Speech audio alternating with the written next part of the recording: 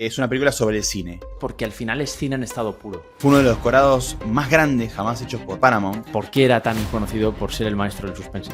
Y esta película es como un ejercicio constante de este efecto, el efecto Kuleshov. De hecho, en los momentos de mayor tensión no hay una música orquestal, lo cual intensifica la sensación de estar más dentro del apartamento. Esto es en realidad una película de amor entre Lisa y Jeff, pero está con todo eso como disfrazado. Los vecinos van componiendo como la personalidad o las ansias o los anhelos o confrontar desde los distintos ángulos al protagonista. Bienvenidos a Tiempos de Cine, el espacio donde el séptimo arte no solo se ve, sino que se siente y se vive en cada palabra que decimos aquí un servidor, Alfredo Andreu desde España, y sobre todo junto a mí, Valentino Sumo desde Estados Unidos. Hoy nos queremos asomar al patio trasero de Alfred Hitchcock y traemos a este episodio La ventana indiscreta, que ha pasado el test del tiempo y 70 años después podemos decir que es una obra maestra. Pues abróchate los auriculares porque en 3, 2, 1 son tiempos de cine. Here we go, and roll sound. Roll camera. Silence, please. And action!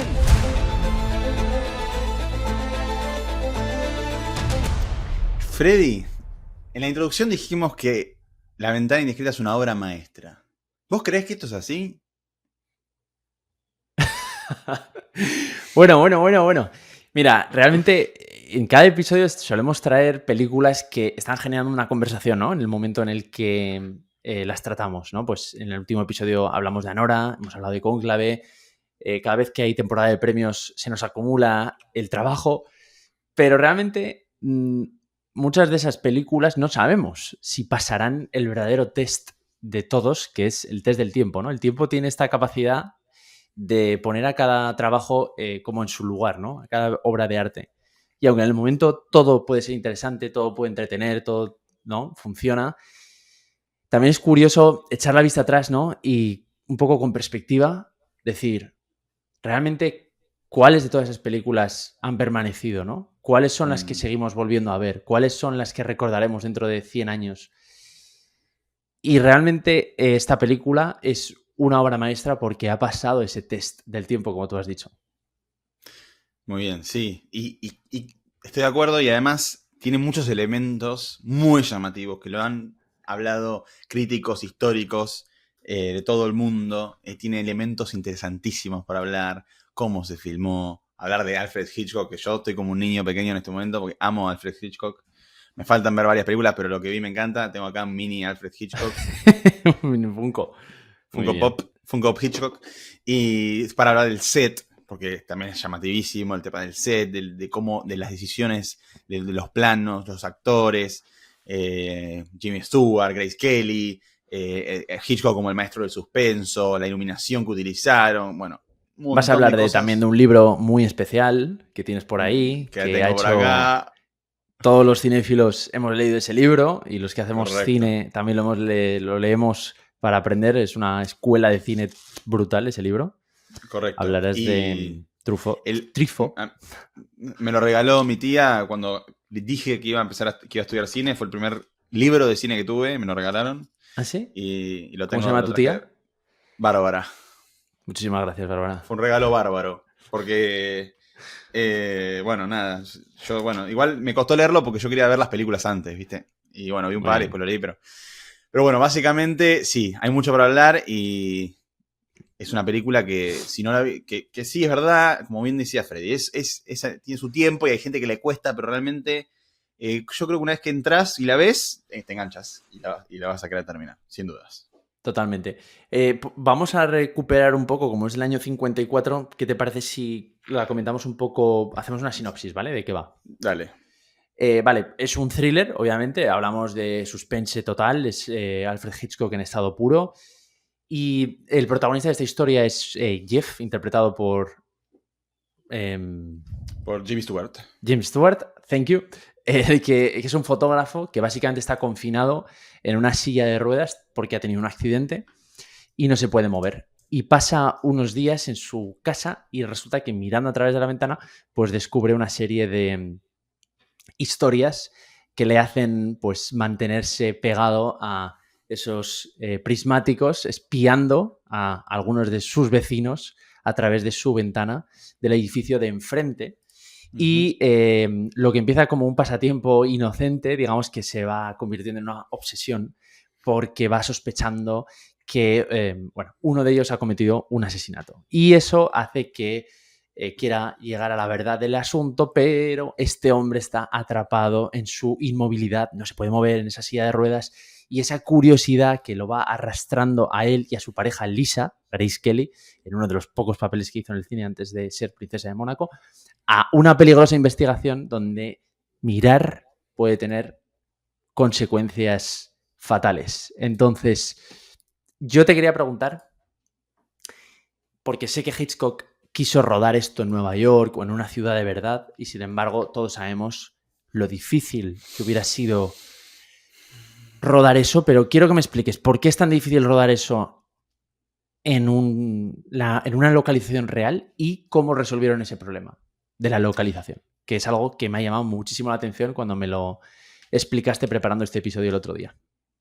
Mira, sí, para grabar La Ventana Indiscreta se construyó un set colosal en el estudio de Paramount, si no me equivoco, el estudio 18, particularmente, que es donde grabaron todos. Construyeron, aparte voy a decirte los datos, medía 56 por 30 por 12 metros, ¿no? Cúbicos, ¿no? Estamos hablando de la dimensión cúbica de esto. Incluía 31 apartamentos, tuvieron que ir hacia abajo, hacia el sótano, como hacia el sótano del estudio para poder cubrir esa altura, esa dimensión. Fue uno de los decorados más grandes jamás hechos por Paramount. Y bueno, viste que tenía los jardines, el pasto, los balcones, jugaba un poco en la profundidad, se ven como unos edificios a lo lejos, que eso bastante se nota el estudio, digamos, pero también se ven ahí, pasan unos autos, también hay unos datos curiosos, o sea, hicieron todo en un estudio de grabación de Paramount, ahí en los estudios. Obviamente tiene varios beneficios de hacerlo de esta forma, uno de los más claros es obviamente si vos querés tener un control total sobre lo que va a pasar, el día, la noche, la lluvia, hacer un estudio facilita todo esto. También jugar con todos los elementos de la cámara. Bueno, también tiene muchísimos beneficios, pero yo creo que uno de los más grandes y más claros es tener un control absoluto sobre las condiciones, tanto temporales como del clima. Bueno, todo esto lo puedes controlar en absoluto y te permite hacer todo lo que tenés que hacer cuando lo tenés que hacer, en el tiempo que tenés que hacerlo, y todo en un clima cerrado. Además tenían un tema de la iluminación, porque tenían que iluminar cada una de las habitaciones. Estamos hablando, o sea, imagínate que en esa época la iluminación no era la que era hoy, que tenías también que usar esos tachos enormes de tungsteno, que emitían mucho calor. Hoy tenemos luces LED de todo tipo que podés poner en todos lados, chiquita, grande, de todos los tamaños, y en ese momento tenías un poco más de complejidad, y de hecho escuché por ahí que el calor que había ahí adentro era tremendo por la cantidad de luces que había, y bueno, todo el tema del control de la luz, del clima y todo, se hacía una complicación a la hora de poder filmar en una ciudad real, en un lugar real. Claro, y ese es el problema. Que permite, obviamente, el estudio te permite tener un control absoluto sobre esto, y es muy loco porque hoy nos damos cuenta, pero en esa época probablemente mucha gente pensó que era... de hecho, por momentos parece claramente un lugar real, pero yo creo que si vos ves la parte de atrás, viste los edificios, ahí se ve raro, se ve muy de estudio, ¿no? Sí, ahí sí que se ve estudio, se ve cartón, se ve pintado, papel pintado, ¿no? Pero sí, tienen un punto ese de maqueta de rollo Wes Anderson también, que se ha inspirado siempre mucho en el trabajo de Hitchcock, pero sí, es verdad que tienes ese punto de irrealista, ¿no? Pero aún así la historia funciona genial, o sea, te la crees, eso no impide, ¿no? Pero también un poco es ese juego cómplice con película clásica, ¿no? Igual, obviamente esto, no sé. Lo aceptás. Y aparte tiene la posibilidad de diseñar el set perfecto para lo que necesita desde el punto de vista del guión. Pone a la izquierda la habitación que necesita y las escaleras de incendio adelante. O sea, puede diseñar, y tiene ese pasadizo que se ve, ese restaurante, ese lugar gastronómico y esa calle que pasa en auto, que también le da también te ayuda a que vos compres que esto es un lugar ahí en la ciudad, porque si no estuviera esa salida, yo creo que también se vería más. Pero con esa situación ahí, con ese elemento, permite generar esa sensación de edificio al medio de la ciudad, ¿no? ¿Qué? Me parece que es una película que es para ver más de una vez. Yo la vi varias veces, hace tiempo que no la había visto, hasta preparar este episodio. ¿Qué te genera cada vez que la ves, Freddy? Algo nuevo, siempre que la veo por segunda o tercera vez, cuarta, quinta, siempre te fijas en detalles nuevos, ¿no? Y sobre todo te fijas en por qué la cámara hace lo que hace, o por qué aquí un primer plano, o aquí espera a mostrarte un plano de la reacción de él antes antes de mostrarte lo que está mirando. Y siempre aprendes más, ¿no? Siempre aprendes mucho de esta película porque, como todas las obras maestras, siempre tienen muchos detalles en los que apreciar y que fijarte, ¿no? Ver funcionar. Y sí, nada, me ha llamado mucho la atención lo que dijiste, porque para construir eso, yo también lo he estado mirando y fueron 6 semanas construyendo el set de rodaje, imagínate. 6 semanas solamente construyendo la localización. Increíble, increíble, increíble, ¿no? Cuántos medios. Ya hay que recordar que Hitchcock, claro, llega al año 54 en una muy buena posición. Es decir, ya obviamente se había hecho muy conocido y ya tenía un nombre bastante consolidado y era un director de prestigio. No a todo el mundo, desde luego, Paramount le va a dar 6 semanas crear un set, ¿no? Una localización de rodaje. Más en esa época, ¿no? También, porque hoy, por ejemplo, vimos Wicked, que construyeron semejante lugar, Cónclave, lo vemos más común, pero en esa época más raro era, ¿no? Hacer una cosa de este tipo. Totalmente, ya había venido de los años de, pues fíjate, desde Recuerda, Encadenados en el 46, en el 48 La Soga, en el 50 Pánico en la Escena, en el 51 Extraños en un tren, la primera versión que hace, luego en el 53 Yo confieso y en el 54 viene La ventana indiscreta, que ya le viene eso, con ciertos éxitos bajo el brazo, ¿no? Sobre todo con La Soga o con Encadenados, que es una de Dial for Murder también, que no sé cómo se llama en español. Cierto, sí. También, es verdad. Y bueno, pero es que luego siguió, ¿no? O sea, luego justo el Dial M for Murder, que es Crimen Perfecto, atrapa a un ladrón, pero ¿quién mató a Harry? Bueno, siguió haciendo obras maestras en Vértigo, mi favorita. 56, Falso culpable, El hombre que sabía demasiado también el 56, luego la serie de Alfred Hitchcock Presenta, y luego Vértigo en el 58, correcto. Sí. No, la verdad es que era muy prolífico con La muerte en los talones en el 59, o sea que tiene 2 décadas, básicamente los 40 y los 50, donde es una máquina es una máquina de hacer películas que se han quedado en la historia, sí, tal cual. Y que además que solían meter a mucha gente en la sala, ¿no? Solían ser un éxito a nivel también comercial, es lo curioso. Es que logró también hacer una especie de marca, ¿no? De él. Bueno, también tenía eso que siempre aparece, ¿viste? En esta película aparece, donde está el músico tocando el piano, aparece él.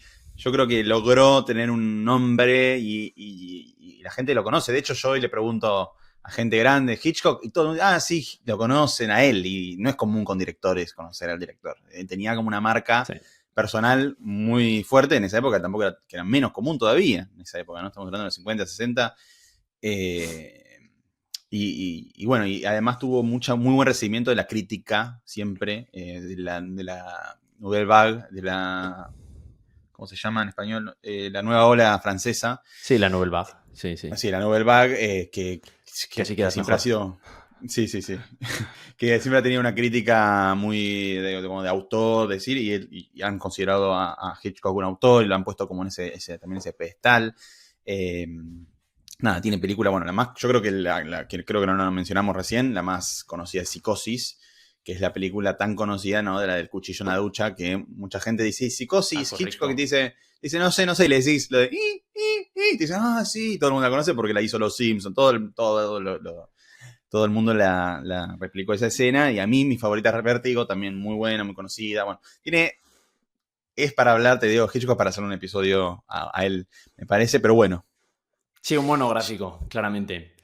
¿Qué te parece? ¿Cómo se las apaña Hitchcock para transmitirte para meterte en la piel del personaje protagonista, ¿no? Porque al final siempre las películas de Hitchcock creo que tienen los guiones como una premisa muy potente, ¿no? Es decir, ya él se lo pone muy fácil luego porque empieza con muy buen punto de partida. Es decir, empieza ya con una premisa muy fuerte, ¿no? Es decir, en este caso, por ejemplo, ¿qué pasaría si te quedas en casa quieto con una lesión, no puedes moverte y a través de tu ventana empiezas a ver cosas, sospechar de gente e intentar investigar un crimen e intentar parar a alguien que nadie más ve, pero tú desde tu ventana has sabido localizar porque encima eres fotógrafo y tienes esas lentes, tienes esa paciencia de fotógrafo, ¿no? Esa mirada de fotógrafo. Sí. Entonces, ¿cómo?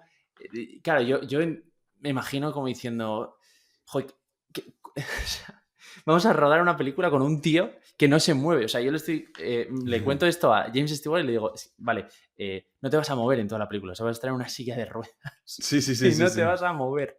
Entonces, claro, el tío tenía que flipar. Entonces, te quería preguntar cómo se las apaña Hitchcock para meternos en el punto de vista del personaje, ¿no? Y cómo influye eso tanto en la película en general. Bueno, la película está filmada casi en su total, creo que en su totalidad, debería decir, desde la habitación donde se encuentra James Stewart o Jimmy, mi amigo Jimmy, que ahí se ve todo desde esa perspectiva, ¿no? Es muy importante la perspectiva y el punto de vista en esta película. Bueno, de hecho en las clases se estudia a esta película en ese aspecto, ¿no? Cómo logra mostrar el punto de vista que igual a veces rompe esta regla, porque siempre nosotros vemos lo que ve él, pero hay momentos que vemos cosas que él no ve, y ahí Hitchcock decide, el narrador de la película, digamos, decide ver cosas que no ve el protagonista y empieza a dislocar un poco esa regla de que nosotros sabemos lo que sabe el protagonista, pero igualmente nunca abandona la cámara esa habitación y todos lo vemos desde ese punto de vista, lo cual trae a analizar un montón de temas que lo voy a dejar para más adelante en el episodio, como la metáfora del cine en esta película, bueno, y otras cosas más. Pero lo que a mí también me recordaba, y esto de estar viendo esta película que está filmada siempre desde la perspectiva de él, pero sin embargo logra igual, viste, que logra generarte esa tensión y esa, que además, también volviéndola a ver ahora, los guiones, los diálogos, perdón, al principio me parecieron también súper... dije, qué bien que está, ahora que lo vemos con esta retrospectiva, qué bien que está diseñado todo, no sé, es como que me parece un reloj, bueno, Hitchcock era ingeniero, ¿no? Entonces tiene una forma muy metódica, todo muy de reloj para mí para hacer las cosas, es lo que noto en su cine siempre, pero también me hacía acordar del efecto Kuleshov, que es algo que habla Hitchcock. Sí. ¿Cómo te gusta? Sí. Es que Hitchcock es de los que más estudié, más miré, más analicé siempre de la universidad, que tenía esto de que explicaba este efecto que sucede en el cine, que es cuando vos filmás a un personaje, después pones un plano de lo que estaría viendo y después pones de la reacción, ¿no? Y ahí lo que nosotros como audiencia entendemos que generamos, digamos, una concepción de lo que siente el personaje en base a lo que vio. Sí. Y esta película es como un ejercicio constante de este efecto, que se nota y lo notas clarísimamente cuando estás conscientemente viéndolo. Como ves a James Stewart mirando, ves lo que está viendo, y hasta que no ves la reacción de él, como que no sabes bien qué pensar de lo que estás viendo. Y cuando ves su reacción, decís, ok, entiendo. Y es muy gracioso cómo lo pone tan claramente en práctica Hitchcock en esta película. No sé, me pareció muy llamativo, y es eso, como la perspectiva visual y el encuadre que elige siempre es desde ese punto de vista, y también juega con ese efecto que es percibimos a través de lo que percibe el protagonista, a pesar de que a veces, obviamente, se rompa esto, ¿no? Porque yo creo que a ti te gusta mucho el efecto Kuleshov porque al final es cine en estado puro. Claro.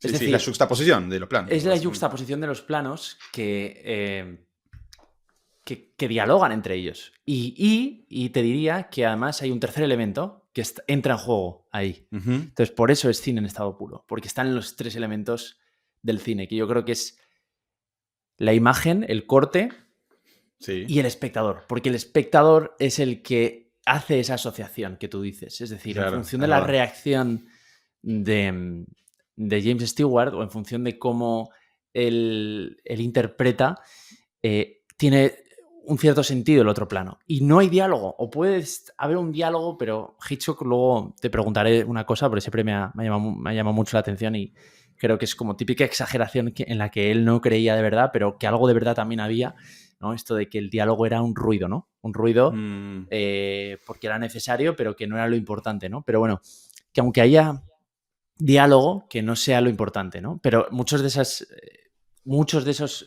planos, muchas de esas escenas son sin diálogo. Y es lo que tú dices, es un plano de la cara de alguien mirando algo, ese algo, vuelves otra vez a la cara de ese alguien y tú como espectador, en función de la cara que pone, en función de lo que acabas de ver, en función del contexto, tu cabeza irremediablemente le da un significado, llena ese sí, vacío y le da un tono, lo empieza a teñir de emoción, ¿no? Esto es malo, esto es dañino, esto es perverso, esto es bueno, esto es emotivo. Y es por correcto. eso que creo que te gusta tanto siempre, porque es cine en estado Es verdad. Es lo puro, ¿no? En elemental, sus ¿no? elementos más Sí. indivisibles ya. Es verdad, sí, sí. Me acuerdo particularmente de un ejemplo que es cuando llega la pareja recién casada al departamento y él mira y se espera que se vaya digamos, el que le da la llave del departamento nuevo y se ve que ellos salen y ahí te muestran a James Stewart que hace como, ¿por qué se van? Se acaban de Sí. llegar. Entonces vos ahí, capaz no te lo hubieses preguntado si él no hacía esa reacción. Y después vuelven a entrar como él la alza a ella, a la mujer, digamos, la alza para entrar de nuevo como para hacer esa entrada típica de que la mete al departamento en sus brazos. Y ahí James Stewart hace, y ahí como espectador hace, y es como que, yo siento como si fuera que al principio, que como está muy, también lo que tiene al principio, ya también yendo con esto de la perspectiva, el primer plano es un plano quieto, que vemos los títulos, como se hacía en esa época, bueno, también lo hizo John Baker en Anora, que hablamos en el episodio anterior, que es dejar los títulos al inicio, y la cámara está quieta, vemos las ventanas como se van abriendo, y después la cámara hace un recorrido de todo, y llegamos a James Stewart todo transpirado ahí, sufriendo el calor. Que ahí lo que hace es setear como las reglas de la película. O sea, la película va a ser esto, va a ser ver desde acá, etc. Claro, Y lo que hace es como sintonizar, yo siento como que él, sí. la primera parte está sintonizando tu perspectiva con la de él para que vos funciones con él y le creas a él y Sí. vos te subas a su perspectiva y a su visión. Es como que él te sintoniza primero con esas pequeñas acciones que va viendo en diferentes lugares, ver a la Las expectativas, ¿no? Te está como un poco preparando, ¿no? Para qué puedes esperar y cómo. Claro, es lo que tú has dicho, como para meterte en la piel de él, ¿no? En los ojos de él, en su Claro. mirada, ¿no? Esta película, tú vas a ser el protagonista. A mí me gusta mucho, fíjate, me parece de genio, o me parece que hay mucho que aprender en esto cuando uno de Sí. los mayores genios de la historia del cine lo hace, que es cómo involucra tanto al espectador. O sea, que sea capaz de hacer Sí. participar tanto a la audiencia, creo que ahí hay algo muy potente que aprender. Sí, Y todo esto de lo que estás hablando, de lo que has dicho antes de Kuleshov, de cómo te sintoniza al principio, cómo te va metiendo ahí y dice, bueno, vale, la historia la vamos a ver desde aquí, ¿no? Este es un poco el mundo del personaje y donde nos vamos a mover, ¿vale? Toda la película va a ir de esto, de mirar desde aquí a ahí y no poder movernos y como sentar las reglas, ¿no? Para que te puedas relajar y ya dejarte llevar en ese viaje. No sé, creo que todo eso habla de involucrar al espectador. Involucrarlo de sí. una manera muy participativa. O sea, que entre mucho, ¿no? Que adivine mucho, que se anticipe mucho, que reaccione mucho. En fin, sí. Sí, sí, sí, totalmente. Es hacerte parte de la experiencia y por eso que después vamos a hablar, genera también suspenso y se lo llama el maestro, ¿no? El suspenso. Pero, ¿de dónde viene esta historia, Freddy? Yo me generaba la pregunta, ¿de dónde sale la historia de esta película? The Rear Window, como la mayoría de sus películas, Hitchcock las saca de libros o, en este caso, de relatos cortos, ¿vale? En este caso, La ventana indiscreta está inspirada en un relato corto titulado It Had to Be a Murder, en inglés, escrito por Ujú. Cornell Woolrich y publicado bajo el seudónimo de William Irish y publicado en el 42, ¿vale? Entonces Hitchcock coge del relato central la premisa, ¿vale? Que es lo que hablábamos, un hombre inmovilizado que cree que ha presenciado un asesinato desde su ventana. Esto ya, como tagline, fíjate, se lo puedes vender a un ejecutivo, se lo puedes vender a un productor o una productora, se lo puedes vender o sea, ya te funciona súper bien, ¿no? Es como muy Ujú. potente. Un hombre inmovilizado, lesionado, desde su apartamento, cree haber presenciado un asesinato desde su Sí, ventana, ¿no?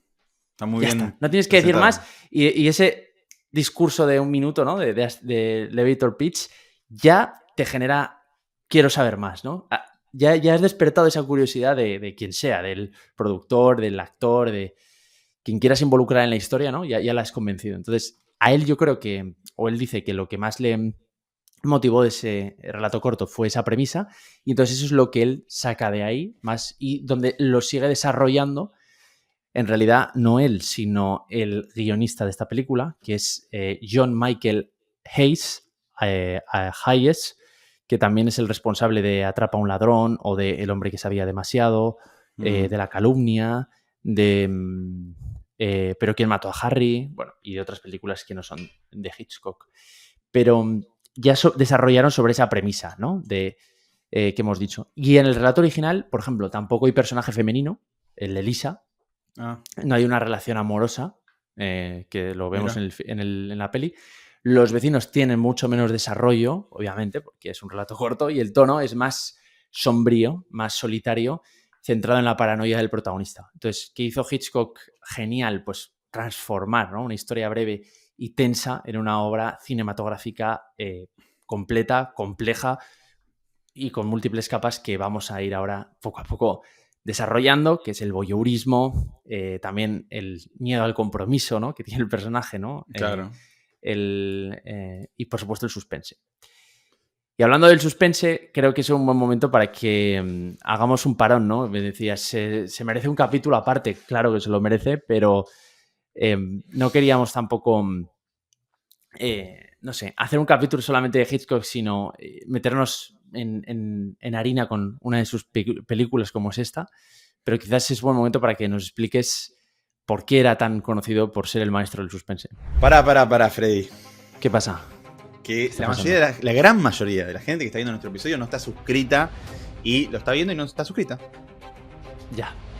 Esto es muy típico, a mí me pasa, ¿no? Que muchas veces ves un episodio pero no te suscribes, y realmente eso solamente pasa cuando el canal realmente forma parte de cómo tú ves también el mundo y quieres formar parte de esa comunidad. Así que lo único que te pedimos es que si realmente eres de esas personas como Valen y como yo, que amamos el cine y que queremos aprender de él, queremos aprender lo que nos cuenta cada película y no quedarnos en valoraciones de buena, mala o 5 estrellas o un 7, un 6 o un 9 o un 10, queremos pedirte que te suscribas a nuestro canal de YouTube, porque así nos ayudas muchísimo a seguir manteniendo vivo este proyecto.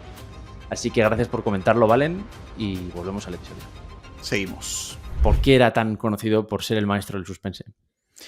Sí, totalmente. Hitchcock, igualmente, ojalá que traigamos más de él, porque me parece que cada una por lo menos no todas, pero muchas hay para tirar mucho: Psicosis, Vértigo, The North by Northwest, que no sé cómo se llama.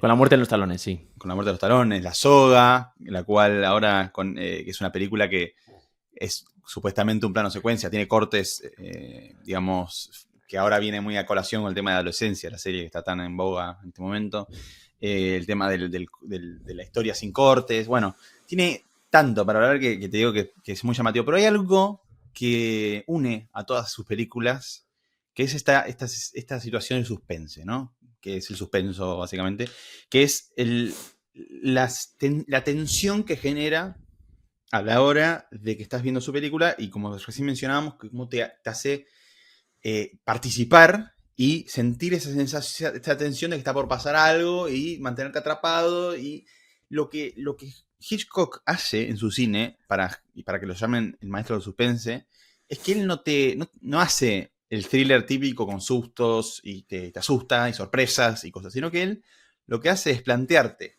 que va a pasar algo e ir construyendo hacia ahí poco a poco. Él decía, creo que lo había dicho en un momento, que cómo filmaría un beso o una escena de amor, y se pondría una bomba mostraría antes que viene una persona por una bomba abajo de la cama, y ahí después filmamos la escena del beso. Entonces vos estarías constantemente, mientras estás viendo el beso, pensando que está por explotar la bomba, y eso generaría esa tensión, ese suspense de que estarías esperando, es la expectativa de que va a pasar algo.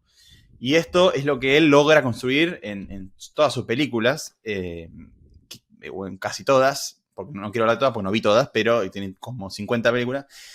Pero sí es lo que lo diferencia a él y lo que hace que él tenga este nombre o esta categorización del maestro, porque logró hacerlo y lograba que la gente se quede atrapada esperando a ver qué pasaba. Hay una escena que ahora no me acuerdo qué película es de él, que hay un chico que tiene un rollo como de cine, que se sube a un colectivo y sabemos, como dice, que tiene una bomba, entonces estás todo el tiempo tensionado, o hay otra que vemos que hay una persona que mete una bomba en un baúl, un maletero, y vemos el auto y sabemos que puede explotar en cualquier momento. El caso de Psicosis, sabemos que hay un asesino en el motel, entonces cuando van a investigar estamos todo el tiempo pensando en eso, o vemos que, bueno, en realidad más que suspenso, eso sí sería más thriller cuando llega, ¿no?, el asesinato de Marion en Psicosis. Bueno, y así podemos hacer un montón de ejemplos, que es eso, sí, es la sensación de creer que algo va a pasar y entonces generar esa tensión y ese build-up, como dicen acá, que es esa anticipación, ¿no? Por anticipación. Exacto. Y eso es lo que hace que genere ese suspense y que sea el maestro de suspense. Seguramente hay mucho más para analizar, pero eso es, yo te diría que es el elemento central que lo hace a Hitchcock especial. Qué bueno, qué bueno. Muy buen análisis. La verdad es que sí, la verdad es que es un director que desarrolló, ¿verdad?, una voz propia, lo puedes identificar solamente viendo cualquiera de sus películas, puedes saber que es él. Y fíjate, muchas de sus películas tienen este color así tan saturado, ¿no? Pasado de imagen, que era tan de la época, pero me gustaría que te detuvieras un poco más en hablar de la iluminación y de la fotografía, porque a pesar de que obviamente se ve como un set de rodaje, ¿no?, en algunos casos, no deja de ser menos cierto que no importa. Es decir, que al final uno entra en la historia de verdad y te la crees y no sé, pasas miedo, pasas, sudas, esa anticipación, ese build-up del que hablas. Es que todos esos mecanismos funcionan perfectamente, a pesar de que en muchas ocasiones el set se vea como un poquito, pues eso, como que no... Hay algo ahí que falla, ¿no? Porque aunque hayan intentado simular el sol, las sombras, los edificios, aunque hayan creado 30 apartamentos, 8 de los cuales eran perfectamente habitables, hasta con su fontanería incluida, bueno, a pesar de eso, pues se las apañaron muy bien para que la fotografía y la luz, digamos, contrarrestaran esos momentos en los que se notaba que era más un set de rodaje y falso, ¿no? Como algo construido.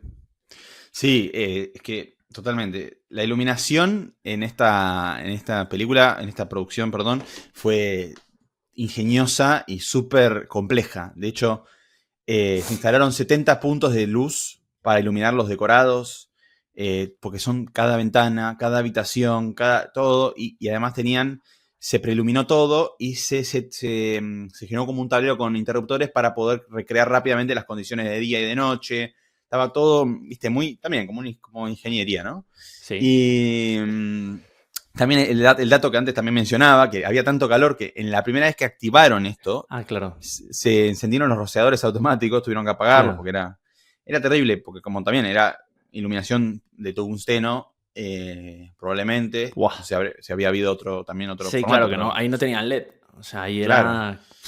Eso es calor, quema, que tenés que usar guantes. Imagínate lo que es eso, electricidad también, o consume muchísimo. Además había visto que habían rodado a un 5.6, o sea, con un diafragma cerradito. Sí. Entonces, claro, eso les exigía tener que todavía meter más luz para Correcto. Que luego la cámara, que estaba grabando un poco más oscura, pues compensara, ¿no?, esa oscuridad de la cámara. Exacto. Sí, además también el tema de los lentes es muy importante en esta película, porque vemos todo desde la habitación de él, desde su perspectiva. Entonces, para poder filmar ciertas cosas había que usar lentes, obviamente, con más zoom, digamos, con más longitud. Pero también, por ejemplo, lo que sucede, un dato curioso, es que el lente que él usa de la cámara de él, supuestamente es 400, que es un lente que tendría un zoom, pero larguísimo. Sin embargo, para eso no utilizaron el lente 400, porque si usaban el lente 400 a esa distancia, y con como bien decías, el diafragma 5.6, que eso significaría, para bajarlo para simplificar todo, Sí. un lente con mucha longitud, digamos, con mucho zoom, para decirlo más simple, y encima que el diafragma, que es como el ojo del iris de un lente, Sí. esté tan cerrado, lo que genera es que la profundidad de campo, es decir, lo que está enfocado, sea pequeño. Y a mucha distancia sería más complejo. Entonces, si tendría que usar ese lente de 400, como lo que deberían haber hecho, con ese diafragma, esa distancia, hubiese sido que el enfoque hubiese sido muy complejo y además hubiese estado enfocado quizás solamente el personaje y no toda la habitación. Y si vemos la película, o sea que está siempre casi todo enfocado. Entonces lo que hicieron fue usar lentes de, no recuerdo ahora exactamente, pero 120 milímetros y demás, que son con menos zoom, y acercar un poco obviamente la cámara. Tuvieron que como que extender una especie de grúa para acercarse hacia el lugar y filmar con un lente más cercano, pero obviamente siempre desde el ángulo que lo estaría viendo Jerry era Jeff, casi. Jeff, que es el personaje que interpreta a James Stewart. Lo cual, bueno, esto demuestra también toda la parte técnica que había detrás y todo el pensamiento que hay detrás de una película, que no solamente es, obviamente, el guión, la actuación y demás, sino que también es la iluminación, cómo iluminarlo. En esa época, con los equipos de tungsteno que eran calurosos y consumían mucha electricidad, los lentes, y bueno, todo eso le agrega también todo lo complejo que hacía esta película, y más en esa época, porque aparte son cámaras mucho más pesadas, mucho más difícil todo de mover. Bueno, nada, agrega, también es muy interesante analizar todo esto a la hora de ver una película de este calibre, con este renombre, de un director tan grande como lo es Hitchcock, ¿no? Total. ¿Qué tenés para mencionar de la música? Porque en realidad la película no tiene tanta música y tiene mucho sonido diegético, ¿no? ¿Vas a comentar algo del sonido luego? Yo no, creo que no tengo nada para comentar. Vale, de acuerdo. Yo, bueno, simplemente eso. La música de la ventana indiscreta sí que quería comentar que fue compuesta por Franz Waxman, que es un reconocido compositor de cine, que ya había trabajado con Hitchcock en otras ocasiones. Lo hizo en Rebecca y lo hizo también en Sospecha. Uh-huh. Lo interesante de la partitura de Waxman, cuando la compuso, es que es muy contenida. Hitchcock sí que optó en esta película por un enfoque sonoro más realista, con una música, como bien has dicho, diegética, es decir, que proviene del propio entorno de la película, que la escuchan los personajes, ¿no? Uh-huh. Por ejemplo, cuando toca el vecino el piano, de hecho, en los momentos de mayor tensión no hay una música orquestal, no hay una orquesta, no hay una sinfonía, lo cual intensifica la sensación de estar más dentro del apartamento, que esto es algo que en ese momento del cine no era tan frecuente de ver. Eso es algo más de cine actual, ¿no? Que ahora se atreve más con todas estas técnicas del documental, ¿no? Todos estos recursos para meterte ahí, ¿no? Y Waxman compuso eso, una melodía ligera también, más urbanita para el arranque, pero a lo largo del film su música va cediendo un poquito de protagonismo al sonido ambiente, a los fragmentos también musicales dispersos que se van colando por las ventanas, o se va más bien colando por la ventana de Jeff del resto de las ventanas del vecindario, ¿no? Todos esos sonidos que nacen de ahí. Y sé que esta película tiene un grandísimo trabajo de sonido, es decir, sé que algo hicieron dentro, pero no lo sé muy bien, pero básicamente que es en el propio set de rodaje que hemos comentado, en uno de los sótanos o algo, ahí se debieron instalar distintos diseñadores de sonido, distintos ingenieros de sonido, y debieron estar trabajando el sonido muchísimo, porque el propio Hitchcock quería, desarrollaba un script del sonido, o sea, un sound script completo. Además del guión, él desarrollaba otro guión paralelo donde él describía cuáles eran los sonidos en cada una de las secuencias, en cada uno de los momentos, además, clave de la secuencia, pues el clímax, el giro, el arranque, ¿no? La resolución, lo que se tenía que escuchar en cada momento. Y tengo entendido que desarrolló un equipo de profesionales, expertos, que fueron generando y creando esos sonidos a medida también que iban rodando.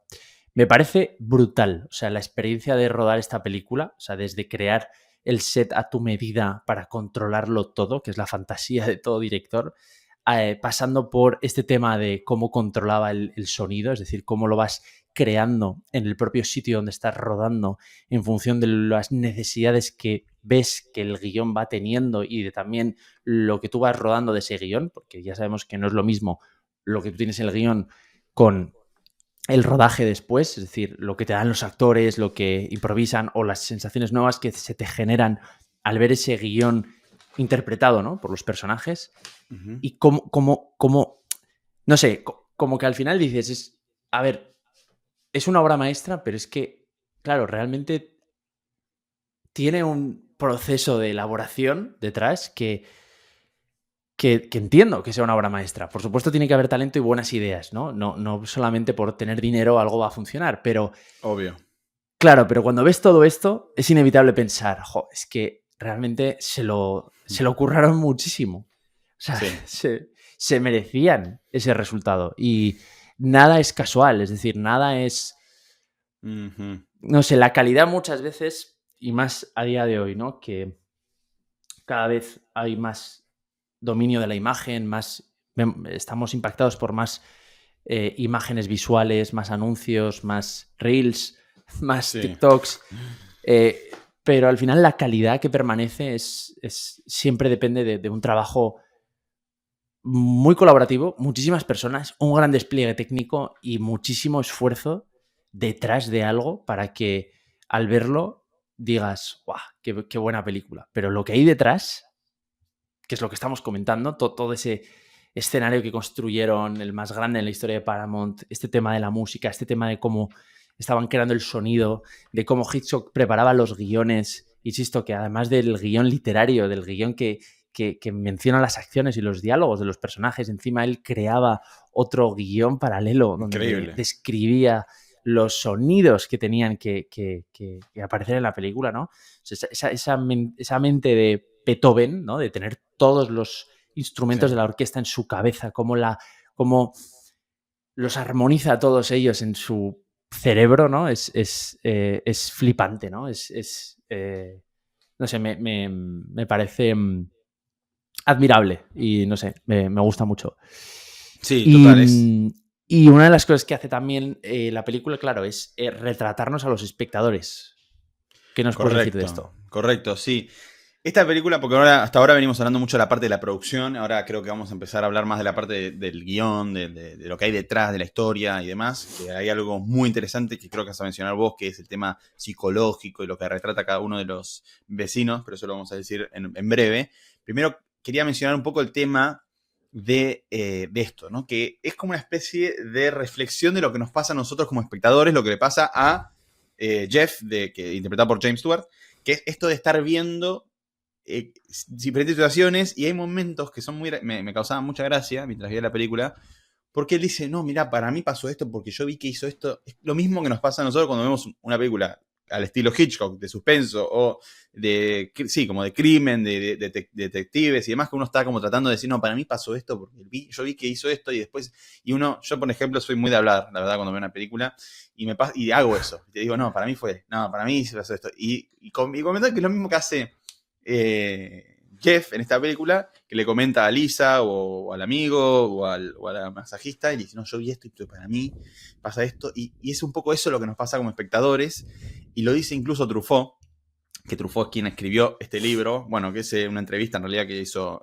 Truffaut a Hitchcock y está pasado a escritura, que de hecho en inglés se llama Truffaut Hitchcock y en español se llama El cine según Hitchcock, que dice que él dice, es una película sobre la indiscreción, sobre la intimidad violada y sorprendida en sus momentos más miserables. Una película sobre la imposibilidad de la felicidad, sobre la soledad moral, una sinfonía extraordinaria de la vida cotidiana y los sueños ordenados. Esto va más en realidad alineado con lo que vamos a mencionar luego, que es el tema del significado de todo lo que ve y todo lo que sucede. Pero yo había, en algún lado había dejado anotado por acá. Acá está, esta es la frasita que en realidad quería leer, que dice, Rear Window no trata sobre Greenwich Village, que es donde viven ellos, sino que es una película sobre el cine. Y yo sí conozco el cine, dice él, que habla de esto, de cómo es una película, es como una meta, ¿no? Es una meta... Sí, referencia. Metacine, metareferencia, así que es el cine hablando del cine, es como una cosa así. Y Hitchcock mostrando como a Jeff como nosotros, como audiencia, y es como que es un ciclo virtuoso en el que estamos viendo una película de alguien viendo algo y además encima de la película nos hace sentirnos que somos él, y es como toda una situación así que es muy interesante, y eso también es lo que creo que hace que la película nos impacte como nos impacta. Y además quería, antes de que vayas a lo siguiente, decir que también tiene esto de que, porque todas las películas, bueno, no todas, pero muchas películas suelen tener esta historia A, historia B, como que es, la historia A es esto que James Stewart, Jeff, está viendo, que vieron un asesinato, y mientras tanto está el relato amoroso o alguna situación que se alimenta de la historia principal y demás, y genera un arco del personaje, etc. Pero el punto es que lo que me pareció interesantísimo de esto, de como la referencia de Jeff como audiencia y lo que nos pasa a nosotros, me hizo acordar a cuando uno, no sé si te pasó alguna vez, que te pasa algo en la vida, te enamorás, te desenamorás, te rompen el corazón, lo que sea, y después todas las canciones que escuchás tienen que ver con eso. O todas las películas que ves te hacen acordar a eso que te está pasando, o no sé, si estás enamorado, todas las películas de amor empiezan a cobrar sentido. Y, eso tiene un nombre, sí. Bueno, no sé cómo se llama, pero es esa situación que te empieza a pasar que como que te va complementando, generalmente expresiones artísticas te van complementando a esa experiencia que estás teniendo subjetiva con respecto a algo que te impacta mucho, ¿no? O algo triste, algo lindo, lo que sea. Y siento que un poco es eso, también lo que nos hace sentirnos representados por Jeff, porque es eso que le está pasando a él, que ahora lo vas a comentar un poco mejor. Todo el tema de la relación que tiene con Lisa, que es interpretada por Grace Kelly, que también está bueno charlar un poco de los actores, pero que está todo lo que le va pasando y todo lo que va viendo en las diferentes ventanas, que podrían ser diferentes expresiones artísticas, llevándolo a una metáfora, le van como alimentando, complementando a lo que él le va pasando con respecto a esto. Entonces me pareció que es como, en muchos aspectos, es una película sobre la audiencia. Es como lo que nos pasa a nosotros como audiencia. Claro. Y demás. No sé, me pareció muy interesante.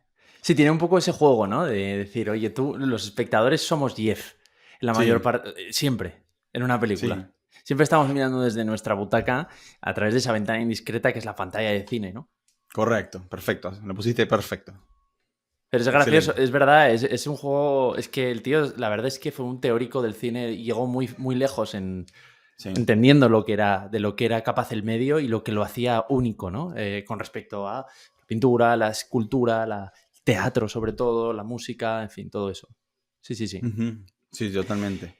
Pues yo te quería decir que La ventana indiscreta no solo es un thriller, sino que también es un tratado de psicología humana, ¿vale? Voy a seguir por esta línea que estás comentando porque lo que primero me impacta más de la película es la estructura psicológica del relato, ¿no? Porque es verdad que Hitchcock no hacía cine social. O sea, no es Sean Baker haciendo a Nora, no es un director explicándote, no sé, posicionándose, ¿no?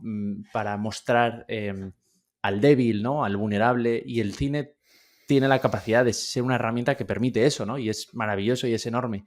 Pero, oye, no todo el mundo o no todas las películas tienen que cumplir con ese propósito, porque además si no sería bastante aburrido todo, ¿no? Entonces, es cierto que Hitchcock siempre ha tratado de yo creo que nunca ha tenido su cine un poder trascendental. O sea, el guión no ha tenido ese componente de denuncia social, de compromiso con la realidad, o incluso a un nivel pues más literario de, pues no sé, una obra que trate de verdad sobre un tema. Siempre ha sido más centrado en obsesiones y sobre todo en cómo te cuento eso de la forma más eficaz para transmitirte esas emociones, ¿no? La mayor de todas, la anticipación, el suspense, el thriller, ¿no? Pero esta película quería ir un poco más allá y estaba pensando también qué significa a nivel psicológico o qué nos cuenta más a un nivel psicológico, qué conclusiones podemos sacar de esta película, ¿no? Y Jeff es como no puede moverse, que está atrapado, al final, ¿qué es lo único que puede hacer? Mirar. Que es, efectivamente, como tú decías, lo único que podemos hacer los espectadores de una película. Entonces, lo que ve en realidad es una proyección de sus miedos y deseos. En muchas ocasiones. El efecto Kuleshov, luego volvemos a él, ¿no? Y nos damos cuenta de que lo que había imaginado, ¿no? No era así, ¿no? Y entonces cambia el gesto. Y cada vecino no es solo un personaje, ¿no? También es un espejo, por lo tanto, suyo. Y No está de más recordarnos esto cuando vemos una película, ¿no? Que muchas veces, a veces proyectamos en ella lo que queremos ver, ¿no? Recientemente hay un ejemplo buenísimo de esto. Es un documental en España, ha ganado la Concha de Oro que en el Festival de Cine de San Sebastián. Sí, para un argentino es otra cosa eso, pero es un gran premio para un argentino, pero también para cualquier europeo y cualquier americano, la Concha de Oro es un grandísimo premio, ¿vale? El Festival de Cine de San Sebastián es uno de los más prestigiosos del mundo y hablábamos en Anora del caso de que ganó Cannes. Bueno, pues este documental se llama Tardes de Soledad, es un documental sobre un torero peruano, Andrés Rocarrey, que es una de las máximas figuras del toreo en España. Mira. Que es donde más está instaurado, ¿no? el toreo en España y también en Latinoamérica, sobre todo en México. También está en el sur de Francia, bueno, pero sobre todo es España, ¿no? Y Claro. Lo han seguido, es un documental interesantísimo porque lo siguieron durante 12 tardes y el resultado es algo que no habíamos visto a ese nivel, ¿no? O sea, la televisión sí que antes retransmitía eso, luego ya dejó de retransmitirse. Sigue habiendo en España también un debate un poco vivo, bastante enfrentado. Preferiría que fuera más constructivo, pero bueno, es bastante enfrentado sobre el tema de, pues, los toros como espectáculo, como tortura, como vida, como...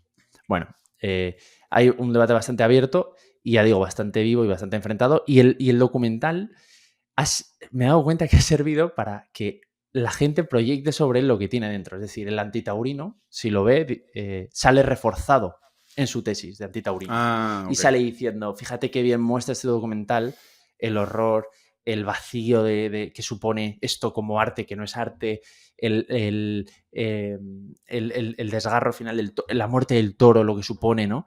Y el taurino sale reforzado, ¿no? En su...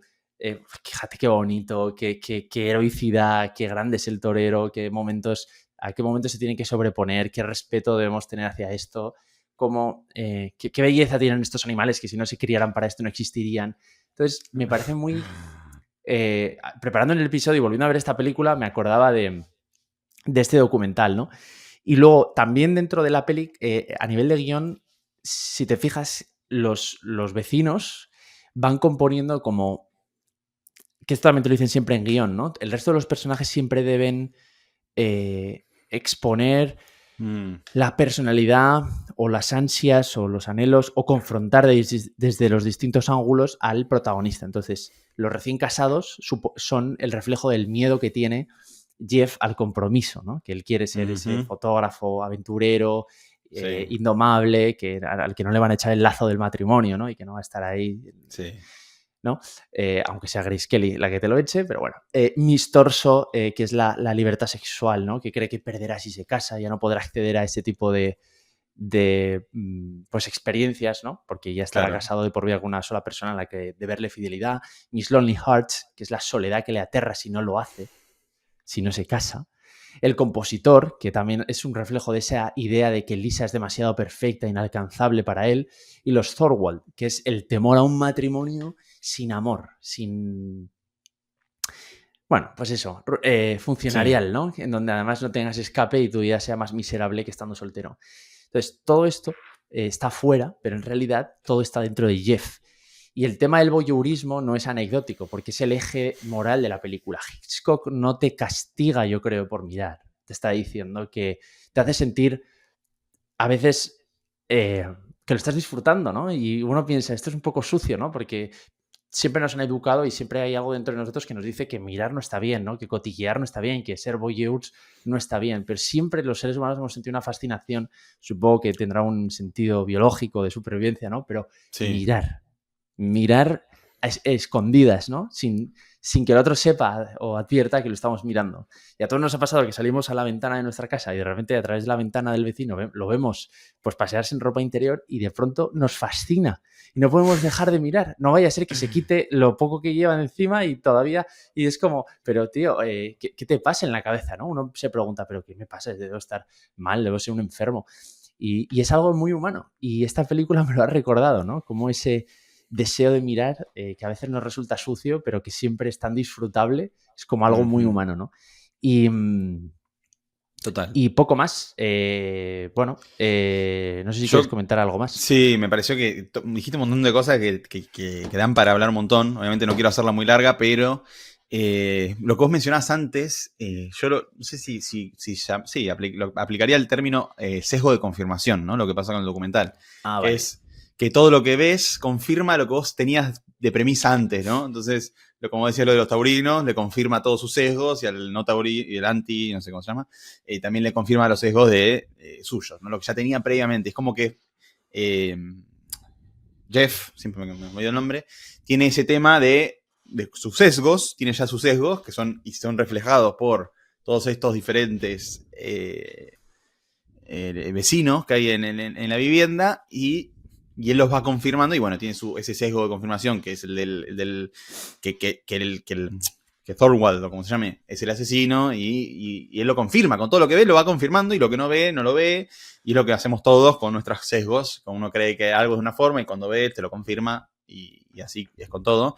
Y me pareció muy interesante lo que decís y es verdad y es lo que le sucede a Jeff en esta película y después, bueno, cómo esto interactúa con lo que él le pasa por dentro, que es todo el tema amoroso, que uno que a él le va afectando y le va generando un arco en el personaje que le hace un cambio. Yo una vez me acuerdo cuando estaba en la Universidad del Cine estudiando y hablamos de esta película, que hablaban de, no me acuerdo quién había dicho que esto es en realidad una película de amor, que se trata del amor entre Lisa y Jeff, pero está con todo eso como disfrazado, ¿no? Porque en realidad todo esto que le pasa a Jeff sirve para que él después tenga ese cambio. Eso es. Y diga, y avance con Lisa, ¿no? Y Lisa, en esta película, demuestra tener eso que Jeff piensa que ella no tiene. Y lo que me encantó cuando la volví a ver ahora es ese diálogo, porque no sé, yo no hace mucho que no veía Hitchcock y pasó tiempo y aprendí un montón de cosas y empecé a ver un montón de cosas en el cine, a analizar ciertos elementos, como, bueno, desde que comenzamos con el podcast también, y noté en el diálogo primero que hay entre Jeff y Lisa, que es interpretada por Grace Kelly, que todo el conflicto que hay de lo que no se dice, porque nosotros sabemos lo que él piensa, porque se lo comentó a la masajista, y sabemos que ella quiere seducirlo a él, y cómo ella le propone cosas y él constantemente le hace comentarios que en realidad no le está diciendo nada, pero en el fondo, nosotros como sabemos lo que piensa, nos damos cuenta de todo lo que le está diciendo. Y ese diálogo que es tan banal que uno que le dice, por ejemplo, ella le dice, no me acuerdo de ejemplos, pero él le dice como, no, ok, pero si yo me quiero ir a Pakistán a sacar fotos, él le está queriendo decir constantemente sus miedos o le está queriendo imponer todo lo que a él le impide avanzar con ella y ella... Los límites que él ve. Claro, los límites que él tiene, exacto. Y eso es como como le genera un conflicto también en el mismo diálogo que es tan banal. No sé, me pareció excelente y como que nunca había notado ese nivel de diálogo en las películas de Hitchcock, porque no sé, cuando la vi en su momento no prestaba tanto atención a eso quizás. Y no sé, me pareció muy interesante y aporta mucho a esto que estamos hablando de los sesgos y todo lo que le pasa a él, al personaje, y cómo en ese diálogo se nota, y cómo al final notamos que, bueno, ella se anima, muestra su valor, su valentía, va y hace todo, y entonces él se da cuenta que en realidad estaba confundido, después se da cuenta que está confundido en todo, entonces tiene su cambio, su arco de personaje que hace que él pase a tener... a enamorarse, digamos, o avanzar con Lisa, que viene a colación también con lo que hablábamos en el episodio anterior de Anora, que es lo que quizás le faltaba a Anora, ¿no? Es que fíjate que es que es verdad, en el fondo es una película que va sobre el miedo al compromiso, ¿no? Pero va envuelto en todo este aparataje de suspense, de mirar a través de la ventana, de adelantarte al crimen, de prevenirlo, ¿no? Exacto. Es curioso, ¿no? Y es también no sé lo que cuán nos pasa... importante sería eso para Hitchcock, pero lo que está claro es que... aunque no lo escribiera en el guión, está claro que él decidió mantener eso en el guión y que ese cambio, es lo que has dicho, ¿no? Cómo la experiencia por la que pasa el personaje, ¿no? Ese viaje tiene una consecuencia transformadora sobre la forma en que ve el mundo, ¿no? Y cómo empieza creyendo, es lo que decíamos, ¿no? De la importancia de los dos mundos, de las dos creencias, de las dos formas de ver el mundo, ¿no? Que están en juego, ¿no? miedo al o sea, el compromiso no, el compromiso sí, ¿no? Pues al final, Correcto. como todo esto le va desnivelando la balanza, ¿no? Y ir perdiendo el miedo al compromiso es muy interesante también. Es otra gran lección que sacar a nivel de guión, ¿no? De que esa capa también tiene lugar en la película, ¿no? Y que no solo es el suspense y los planos y Kuleshov, sino que al final es un personaje que tiene una serie de miedos y que en el fondo le cambia su forma de ver el mundo, lo que ocurre en la película, y termina un poquito viendo el mundo de otra manera. Y volvemos al metalenguaje o al metacine, que es lo mismo que nos pasa o nos pasaría con el cine, que venís con ciertas ideas, ciertos miedos, ciertas situaciones, ves una película y te puede llegar a generar también algún cambio o alguna reflexión, que es lo que Claro. nos está pasando ahora mientras estamos haciendo este episodio. Entonces como que es todo meta... Una Referencia. sí, una meta referencia. Metalenguaje continuo. Sí, Qué sí. sé yo, sí, no sé ni cómo decirlo. Pero Meta, ya está. Todo es meta. Exacto. Entonces, no sé, me parece que excelente, la verdad. Qué tipazo Hitchcock, ¿eh? A ver el Funko. Acá. Vamos a verlo. Ahí está.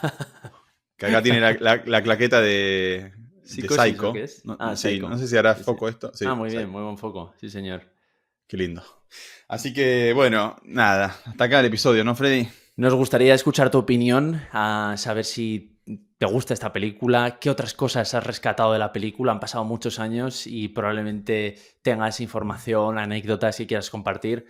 Estamos obsesionados, Valen y yo, con crear, y el pequeño Hitchcock, una comunidad, ¿no? En torno a esta forma de ver cine, ¿no? Porque hay muchas formas de ver cine. Nosotros en Tiempos de Cine no nos dedicamos a poner notas o estrellas a las películas, sino que tratamos de preguntarnos qué querían contarnos y cómo se las apañan, ¿no? Cómo lo hacen. Y hablar de todo ese viaje emocional, de cómo nos transforma, cómo nos hace crecer como personas. Y eso es una forma de ver cine muy diferente a la crítica tradicional.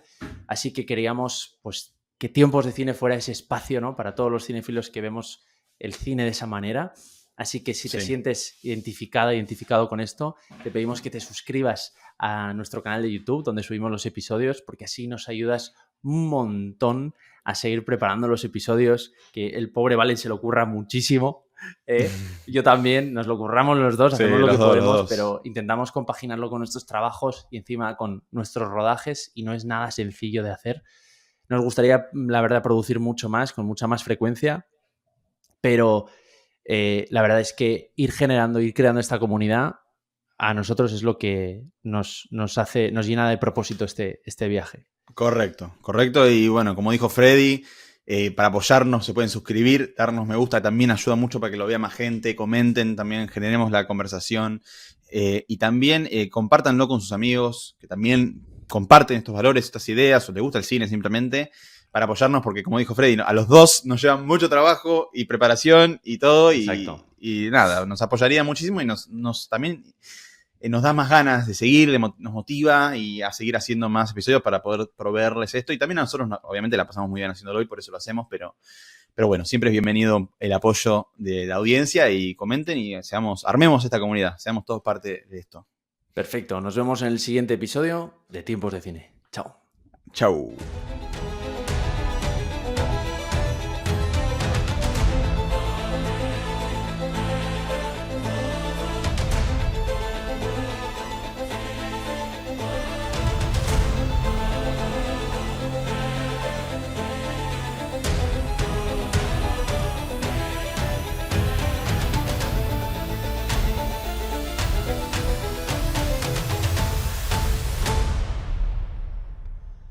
Cut!